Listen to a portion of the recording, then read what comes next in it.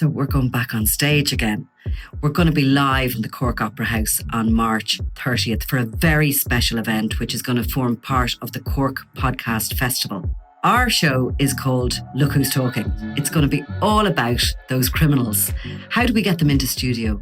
How do we get up close and personal with them? And what have they got to say when the cameras are off? So Cork Opera House, tickets from corkpodcastfestival.ie, 30th of March. See you there. Now, Yeah. you're gonna have to. We're actually having a discussion before we came on there. Then I said to him, "You're not going to sit in the fence. You're going to back me up on this." And you said, "I will do a little bit of fence sitting." Yes. That's what you said. Yes.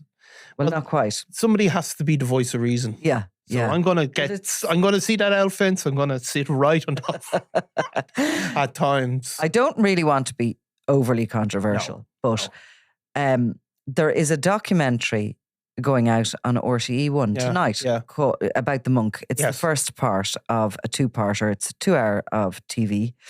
I'm actually on it. So exactly. So however strongly you feel about it, it didn't stop you. It didn't. Well, in actual fact, now before we do that, I will say that they've been making it for a good year. Yeah.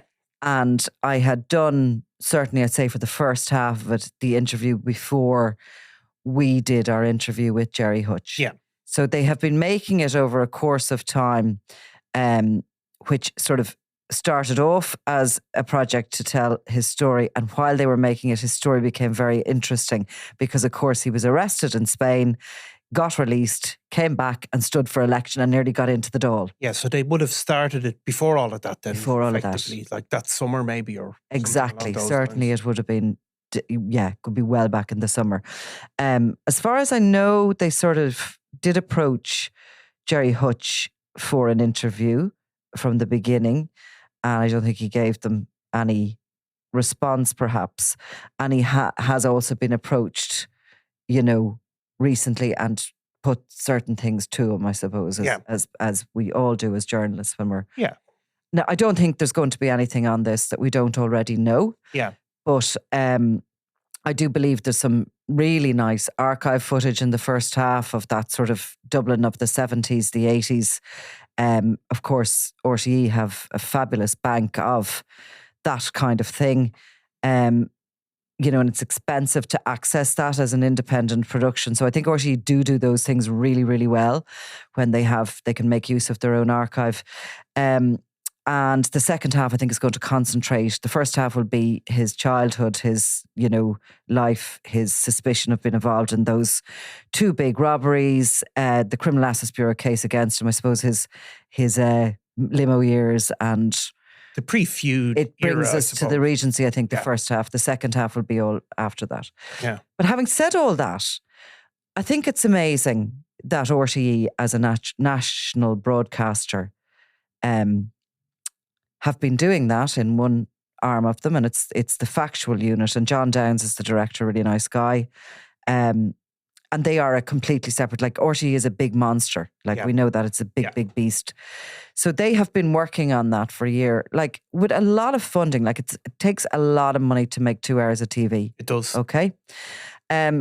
Also, we had Miriam O'Callaghan from Primetime interviewing Vera Hutch in recent weeks, who is the monk's sister-in-law. Yeah. Was married to Johnny Hutch, his brother, and is the mother of Gareth Hutch, who was murdered in the feud. The mother of Jonathan Hutch, who survived certainly one assassination attempt, if not more.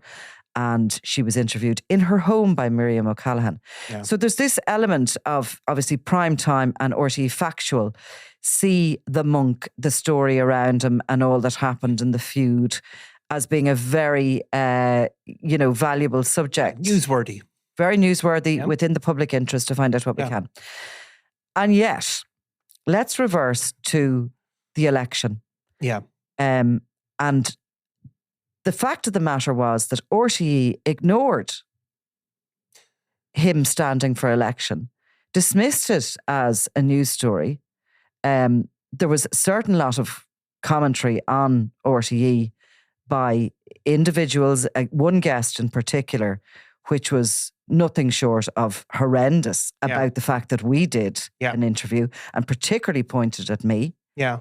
And they only really attended to the story at all when Paul Reynolds showed up at the Cown Centre when Hutch arrived, having just been pipped to the post. Yeah. So it's like very sort of, to me, hypocritical to look down their nose in one sense on both him, what he has to say, the election candidacy, and in another part of the organisation spend probably the biggest spend of taxpayers' money in last year's RTE budget on a 2-part documentary about him. Yeah, I mean, I think it will do well for them. Yeah, this documentary, it'll be well watched, so it'll justify itself. And the reason it'll be well watched, as you said, it may not break massive new ground. It might not. It'll probably tell that story, which is a story, incredible story. Really, it's Gerry Hutch's life kind of follows the story of the city in a way through the sort of the poverty of the the inner city Dublin. Yeah. Through the heroin epidemic, all the way up to sort of the birth of proper organised criminality. So it's an incredible story that people will watch. And I suppose the bit is that, it was a story that during the election was treated as if it shouldn't be told. Yeah, it shouldn't be happening. But so what you had is that you can tell this story in that context as a documentary, but when it interferes with the world of politics, the RTE certainly as an organisation, not every guest on it. I mean, Bertie Ahern gave a much more complex answer about Gerry Hutch's election, but certainly in and obviously RTE report on what the guests say, and they included Simon Harris and people like that, Pascal Donoghue, and their point was, and the point of others was, Gerry Hutch's story shouldn't be given this sort of broad treatment. What it should be given is a very narrow treatment, that he's linked to criminality, and that should be all that matters. That shouldn't interfere with the world of politics. So, it's for us, that's a contradiction. Do the public care? Maybe not. But what it does show you is, I suppose, that I haven't seen the documentary. You're I haven't seen it either. You're in it. I'll fast forward a bit so you're on it. I don't have to listen to that again. But and I honestly don't think there's going to be anything that people don't probably know. It'll be a really nice packaged version of the story. Well, I haven't seen it, right? Yeah. But I bet you what they will have is they'll certainly focus on the criminality that Gerry Hutch is linked to. Yeah. Absolutely, right? But they'll also probably try and tell a broader story of him as a person in the middle of it. And I haven't seen it and don't know who's in it, but I bet you they'll have some sort of positive statements from some people. I believe they have a little bit of talk with community workers, and they're going right back, I suppose, to his childhood, to the heroin epidemic in the city, which really hit the north inner city like a ton of bricks. And those people that were there at the time and were involved in the Concerned Parents Against Drugs. It's a really fascinating part of our social history. It is. All of that stuff. And I do believe that there are people who are of the opinion that at that time, having a character, a personality as big and a suspected criminal, as big as well known as Gerry Hutch, being a voice against heroin was very important to them. Yes. Now, and no doubt they'll have... It is an interesting bit, but no doubt they'll have also retired Garda who investigated him, and they will give... I haven't seen it, I don't have a clue, but I can imagine they're going to give another perspective and I imagine that perspective will be something that Gerry Hutch and his associates were a malevolent force in the inner city. They will give that perspective. You'll have maybe other people giving this perspective, and you'll have RTE maybe giving the broader social perspective of the whole, the world in which it existed then. Yeah. So you get this whole picture. You don't ignore, the criminal side, the fact that criminality occurred, and there's victims of those crimes. In fact, we asked Gerard Hutch himself about that, and he did refer to that. But you get this broad picture, right? And for us, we're basically bitching about RT to say, I'm sitting on the fence a bit more. But what we're saying is that's the broad picture of his life. Yeah. You know, you can, and here it is, pass your own judgment on it. But when it came to the politics, that wasn't okay.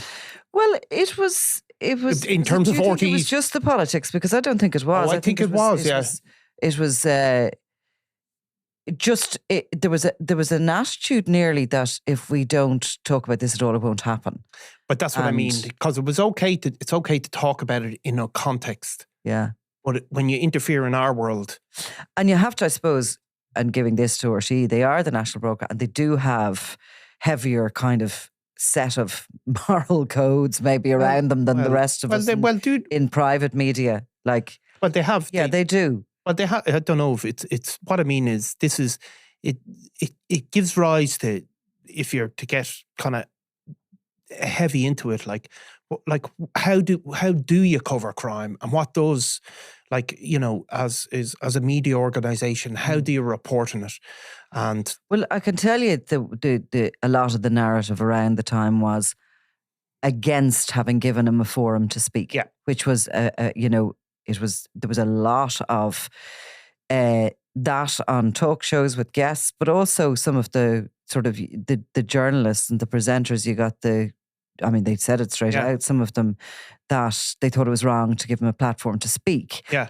And yet he has obviously been asked for an interview.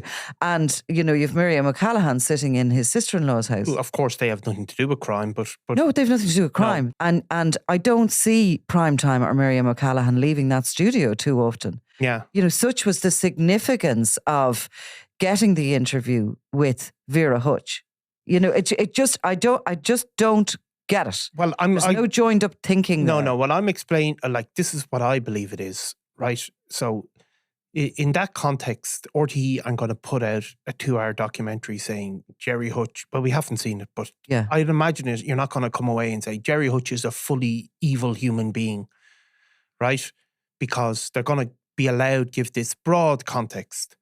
But when they were covering the politics, if the idea of Gerry Hutch getting elected was so abhorrent to them, even in when they're covering a general election, when you have a very broad, you know, a kind of a highbrow discussion about the future of the country, to have a man like Gerard Hutch inserted in that, they found it so abhorrent that they had to fall back on. Which is the same as the established.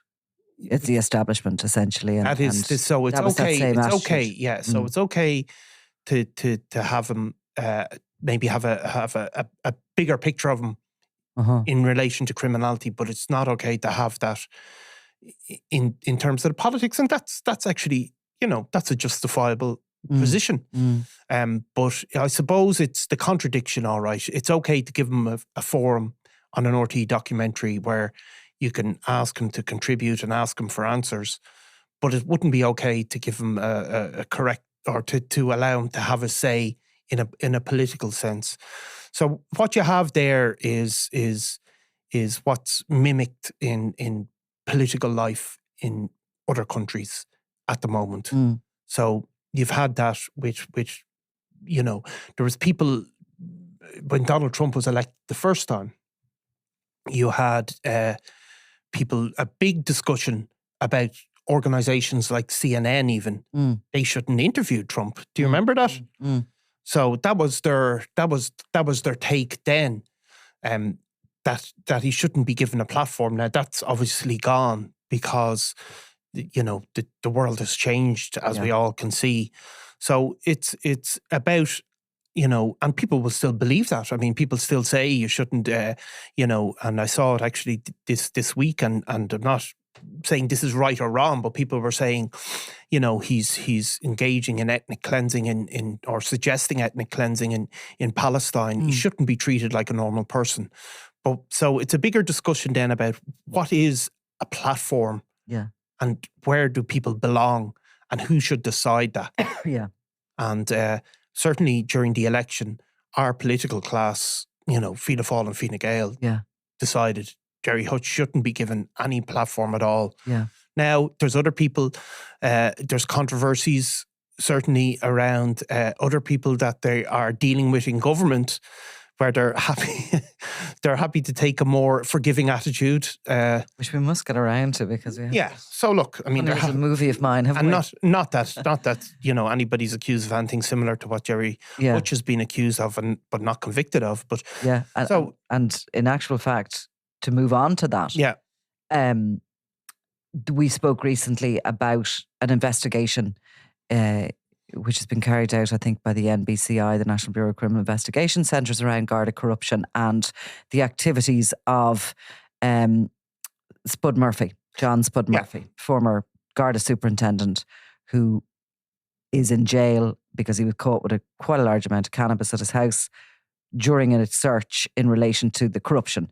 He is suspected of having passed on information to criminal organisations, including the Hutch Organised Crime Group. Yeah.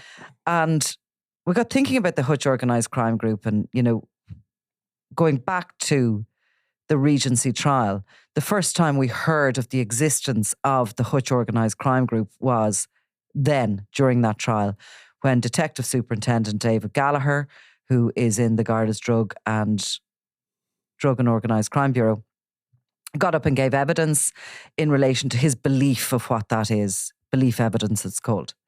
And there was a bit of argy-bargy when we had Hutch on about what had been said and what hadn't been said as part of the judgment. So I thought it was quite interesting to clear up that. Because the context... Because he argues that he was not described as the head of the Hutch Organised Crime Group, that he was described as the head of the family. Yeah. Okay? And the reason why this is relevant is because John Spud Murphy, we've read the stories about that the guards are seeking to bring a case against Gerry Hutch on the basis that he was, well, we don't know the exact details, but something along the lines of that he was receiving information for the benefit of a criminal organisation. Yes. So they won't just have to prove effectively that he got information. It'll also have to be proven that that information was of benefit to the Hutch Organised Crime Group, effectively. They will have to prove its existence, and they'll have to prove that he directs it. Yes. Which he would deny. Yeah. And has done so here, that, he's always said it's a family. It's not, he would state there is no organised crime group, Hutch Organised Crime Group. Many disagree with that. And he certainly says he's not the head of the Hutch Organised Crime Group. So I went back over my notes, and I thought it is interesting to just clear this up once and for all, what the judgment of the Special Criminal Court did say in relation to him.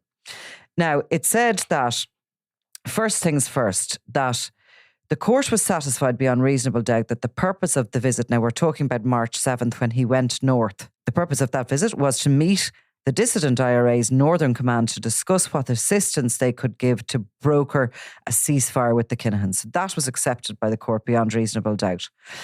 The next thing was that on the basis of the evidence of the National Surveillance Unit, the court is satisfied beyond reasonable doubt that Patsy Hutch was centrally involved in the movement of weapons. And that is when those AK-47s were being loaded into the back of Shane Rowan's car as the group were trying to get rid of them. And he was later caught with those weapons and served a short sentence.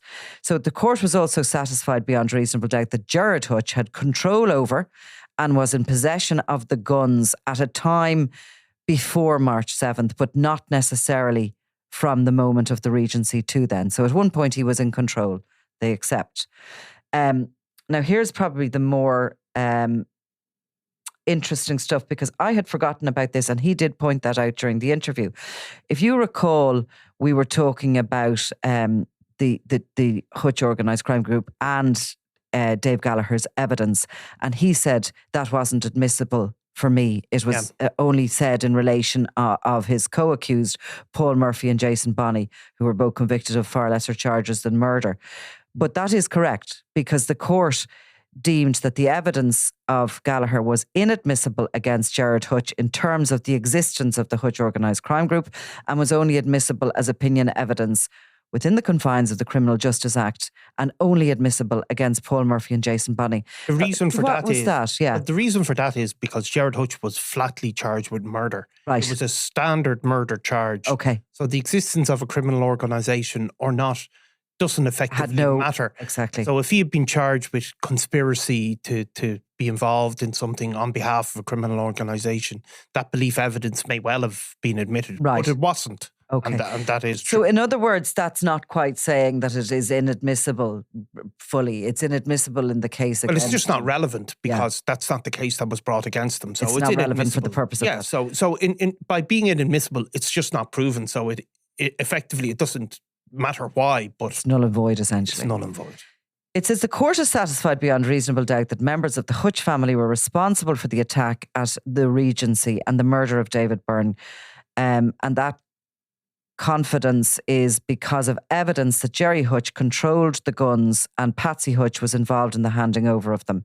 Because Patsy Hutch booked a hotel room for Kevin Murray because of their activities around Buckingham Village. And it said that the audio, which we listened to, which was recorded in the car with Jonathan Dowdall, was littered with evidence that it was the Hutches that did the Regency. Yeah. Okay? So that was said. There's only a couple of other little bits, but we might as well get them on the record here. Members of the Hutch family were responsible for the murder of David Byrne. The court is satisfied beyond reasonable doubt that members of the Hutch family orchestrated and organised and meticulously planned the Regency, acting as an organised crime group. Not the case that Gerry Hutch is here to meet. Yes, and my notes just say that the judgment says, but that is not the case that Gerry Hutch is here to meet. He is here to meet a case that he was present at the Regency and that he shot David Byrne. Yeah. So again, that's somewhat inadmissible there. Well, it's inadmissible because that's not the case. The case wasn't brought up against him that he was part of a conspiracy on behalf of the Hutch organisation. He was charged with murder. Yeah. And accused by the prosecution of being the shooter. Exactly. In their opening statement, it wasn't just that he he was one of these men, we believe. It was that he was the guy who pulled the trigger in relation to David Byrne. So that was the case he had to meet, and he doesn't have to meet any other case. Mm-hmm. He doesn't have to prove or disprove the existence of the Hutch organised crime group because he wasn't asked to. Yeah. Now, this bit, I think, is of interest and interesting because it does, and this is directly from the judgment. They're talking about the audio, and it says the audio shows that Gerard Hutch is viewed as the head of the Hutch family by Jonathan Dowdall. Yeah. And that by Jonathan Dowdall is important. Yeah. Yes, because he's the state witness that is, deemed to have been a liar. His evidence basically wasn't accepted. Yes, but I suppose that he didn't know he was being recorded, I suppose. So it shows, what it shows in those recordings, I suppose it shows that this is, in Jonathan Dowdall's interactions with Gerry Hutch, he treats him and speaks to him as if he's the head of that family. Mm-hmm. I mean, that's what it shows. It doesn't show... But the point of, I suppose, of that is that this isn't the judgment. No. This is... within the judgment, they're saying that Gerard Hutch is viewed as the head of the Hutch family by Jonathan Dowdall. Exactly. Okay. Now, there is another line there that says that there's a possible inference that Gerry Hutch gave the go-ahead for the Regency. But the case against Gerard Hutch is not one of common design, but rather participation, although one wonders what the case was intended before the introduction of Jonathan Dowdall. And that was quite an interesting line, of course. Yeah. We knew then that, certainly according to the judges of the Special Criminal Court, they didn't really seem to believe there was a case without Jonathan Dowdall, even though the charges had been brought against both Hutch and Dowdall together at one point. I'm nearly at the end of this because I went through all of it, but the audio does not establish that Hutch was in the country for the Regency and he was definitely not around after it, okay? So that's just, it didn't establish that he definitely was in the country, is what they're saying there. And finally, the judgment says, in fact, a reasonable possibility arises on the evidence that the Regency was planned by Patsy Hutch and that Gerard Hutch stepped in as head of the family to attempt to sort out the aftermath of the Regency, particularly as his own life was at risk. Yes. So where does that leave us with the argument that, he is described more and more as the head of the Hutch organised crime group? He disputes that. He does. Now, there was another It's certainly not clear, is it? It's certainly not. It's not in that judgment directly. It's not in that judgment. Now there was other evidence given in a further court case following the Regency where Gerry Hutch obviously paid for his own legal costs, and then after he was found not guilty, he sought to get them back off the state. Yeah, that the state would take on that bill. Which he didn't apply for legal aid initially. I don't think so. He paid for his own.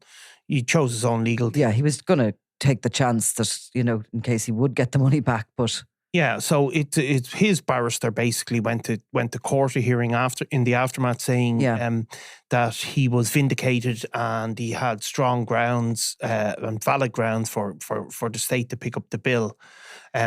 So that was rejected. Yes.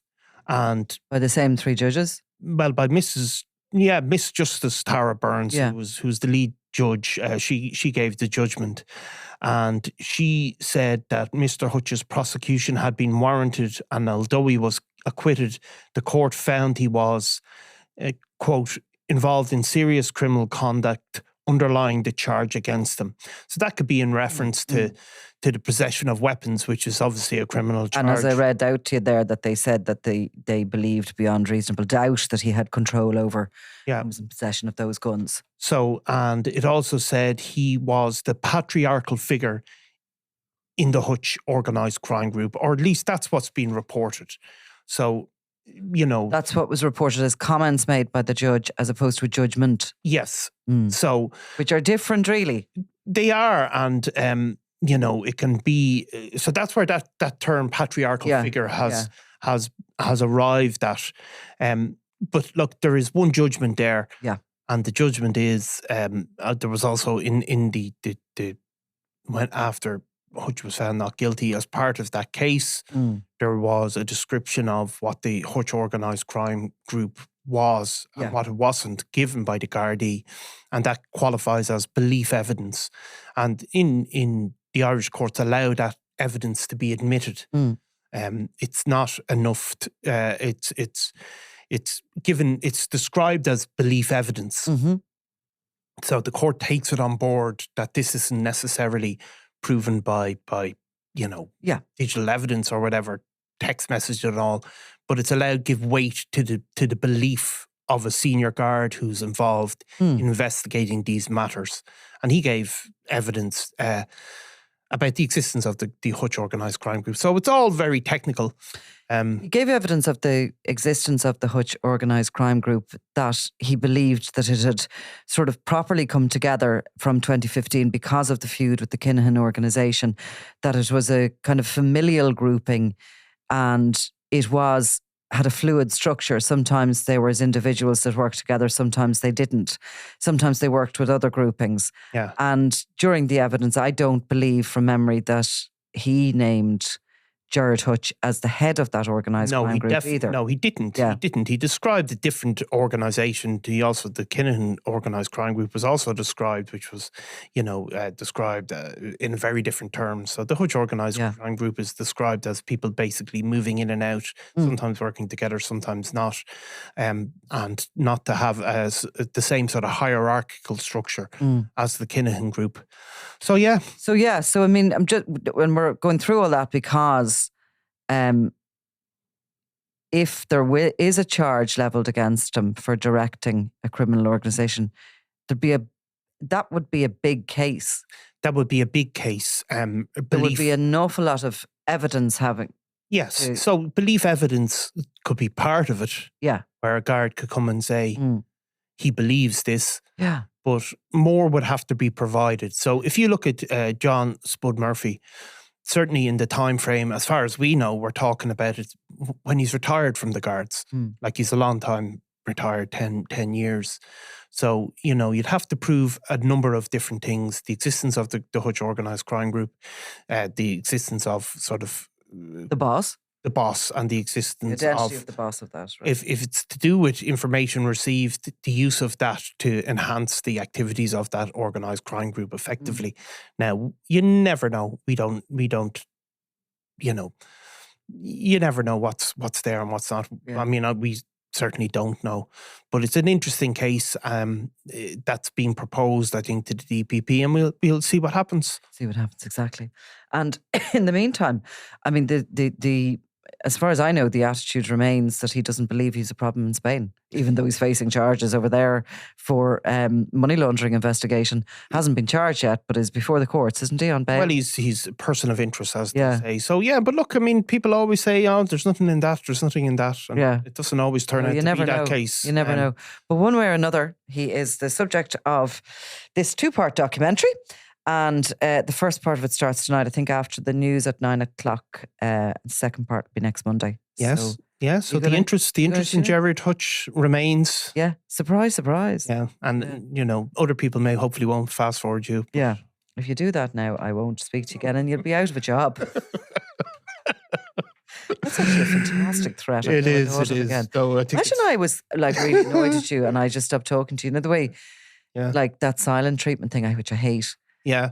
Imagine I did that. Like we'd just end up sitting here. I don't in know if silent treatment doesn't seem to be your style. Does it? It's more. Tell you what I think. Yeah. Treatment. I just get it all out. If you have a choice between, if you ever get pissed off me and a choice between silent treatment or tell me what you think treatment. Which would you prefer? I prefer the silent treatment. I'd live with that. Yeah, no problem. Do you like the silent treatment? I don't care. I'll just go home and watch TV and forget about it. Great for John. I hate the silent treatment. Just if it goes the other way around and you get pissed off. It's lost on me. I'd rather you communicate with me. Yeah, it's lost on me, you know. Yeah. You know, there was a famous story in... I'd say you've had the silent treatment a few times. I have, but I haven't always realised I've been getting the silent treatment. It's only in the aftermath sometimes I realise, I was... told. Yeah. So no, it's a useless weapon against you then. Exactly. Right, okay. Go home and watch the telly. Thanks, Nicola. Robbie Lawler was out of control. This is Double Cross, the murder of Robbie Lawler. It was going to be an all-out war with him in the middle of it. Crime World special investigation podcast based on my new book, Web of Betrayal, wherever you get your podcasts. I'm Nicola Tallant and you're watching Crime World, a podcast about criminals, drugs and the underworld in Ireland and across the globe. Make sure you subscribe to our channel and turn on notifications so you can be the first to watch all our latest episodes. You can also listen wherever you get your podcasts.